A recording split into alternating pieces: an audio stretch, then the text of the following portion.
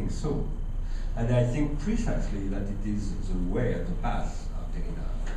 Now, I think it is also possible to think the kenosis without monotheism. Oh, yeah, sure. And it's a reason for which, for a few years, I read Foucault and the Stoicians particularly. Because it is kenosis is also a question of Stoicism, not in this, not kenosis, but this experience of what I call grammatization as emptiness, vanity, etc. So that's why, and I don't want to go there, but there are others here who can do it better, but that's where it would be interesting to think through the relationship between kenosis and sunyata. Yeah. Thank you. Thank you for your question, your observation. I have a question. Are you proposing that the audio-visual imagery will always undermine the relations of care? And I'm going to give you an example. Last week I actually interviewed a widow of an American soldier who died about 18 months ago. And I don't know if you're familiar with the Disney Pixar film Cars, where cars are people. Her 4-year-old identified this one particular car as her father, and it was actually her father's nickname, Mater. I don't know if people have seen this film.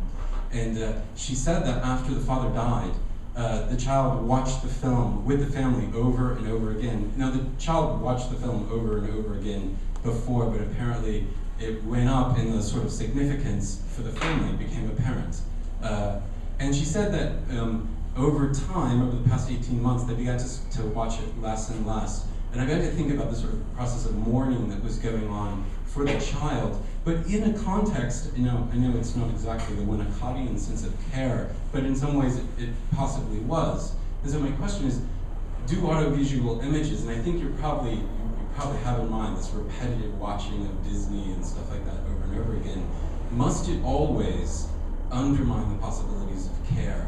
And I also want to say, your argument sounds a little bit like Bruno Bettelheim when Disney first took on the project of redoing fairy tales, and he made a lot of dire predictions that some people say really haven't actually come true. Thank you for this question. In fact, for me, audiovisual objects are pharmaca. And pharmacon is always poisonous and curative. Now, the question is, for example, you have what I call ages of pharmaca. There are ages of the pharmacon. Myself, now I am 60, if I eat milk or bread, it is very bad for me, it is a poison. But when I was 2, it was absolutely necessary for me to drink milk, Now, I didn't like milk when I was a baby. It was a very big problem for my mother. And you know that, everybody who has seen babies know that there are problems like that. There is an economy of pharmacology, which is an economy of ages of pharmacology. And now, everybody knows that it is extremely dangerous to give alcohol or wine to a baby with wine, But in France, 100 years ago, we gave alcohol to the babies when it was cold in winter, and you had 90% of the population who was alcoholic, and it was Pasteur who said that you need to stop that, you are destroying the nation. Now, there are prophylactic questions of pharmacology.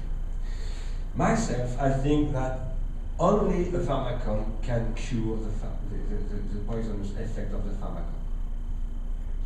So, personally, I produced 150 hours of TV programs, So I was a producer of poison, But I tried to make them remedies. Now, everybody knows that a book very interesting for you is very dangerous for your child withstand, for example, you know, because it is extremely destructive. And it is always a casuistic situation. You can't have it is a question of ethics, in fact, you know. Now, my main occupation is to try to define therapeutics, not as a philosopher, because I think a philosopher can't define therapeutics. This is metaphysics, and this is the reason for which I don't agree with Plato. The philosopher can't say how the city must be organized, etc., etc. Because if this is the case, it becomes necessarily a tyrant or a totalitarianization. I don't know how to call that. But to the contrary, what a philosopher is somebody who is developing the capacity of producing therapeutics.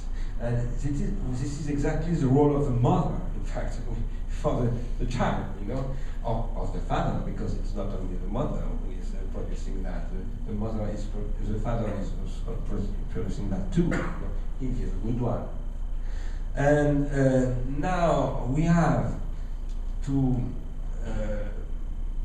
try to develop in a transdisciplinary organization what I call a general pharmacology, in which, for example, it was a reason for which I wanted to quote here Christakis and Zimmerman in the University of Washington, because it's extremely important to make connections with neurologists, psychiatrists, lawyers, etc. about those questions, to try to produce a new type of therapeutics.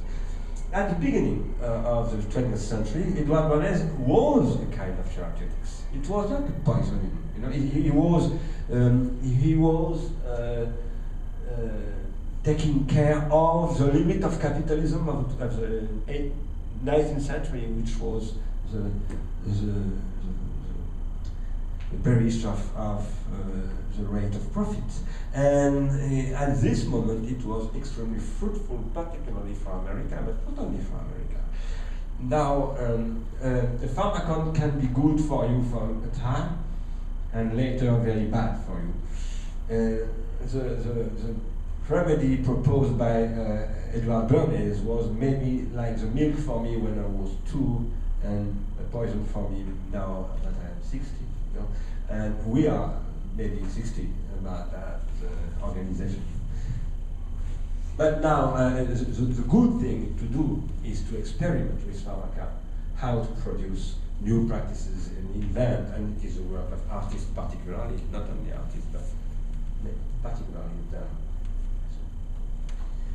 I agree with you about the toxicity of audiovisual media when children are so little. But I think that there's also a destruction of infancy and childhood and the relationship of care happening nowadays very much with children needing to read. You know, you have to read. By kindergarten, you have to be reading. You have to be writing. And what's happening is that whole Winnicott thing of play, but we're cutting out play.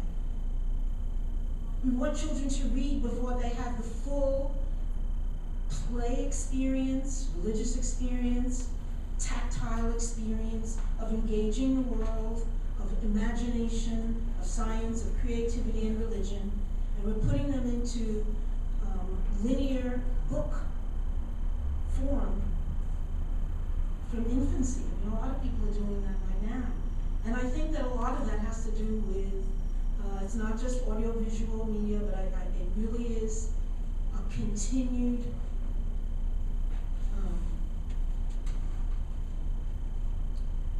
this country, this society does not protect children. It does not see the value of infants and families. It does not see that. And so I think that it's not just audiovisual media. I think